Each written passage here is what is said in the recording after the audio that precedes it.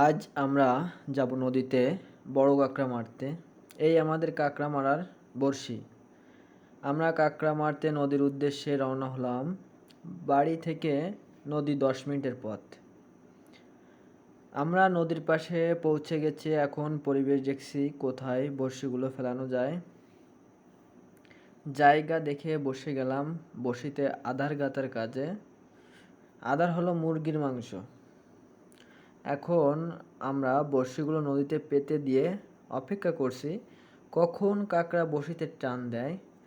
আন্তরিকভাবে দুঃখিত, কাঁকড়া উঠানো দেখাতে পারলাম না, কারণ কাঁকড়া উঠাতে মাজা পানিতে নেমে যেতে হয়। আজ অনেকগুলো কাঁকড়া পাইলাম। সবাইকে ধন্যবাদ ভিডিওটি দেখার জন্য, এবং সবার কাছে একটাই রিকোয়েস্ট, লাইক ও সাবস্ক্রাইব করে পাশে থাকবেন।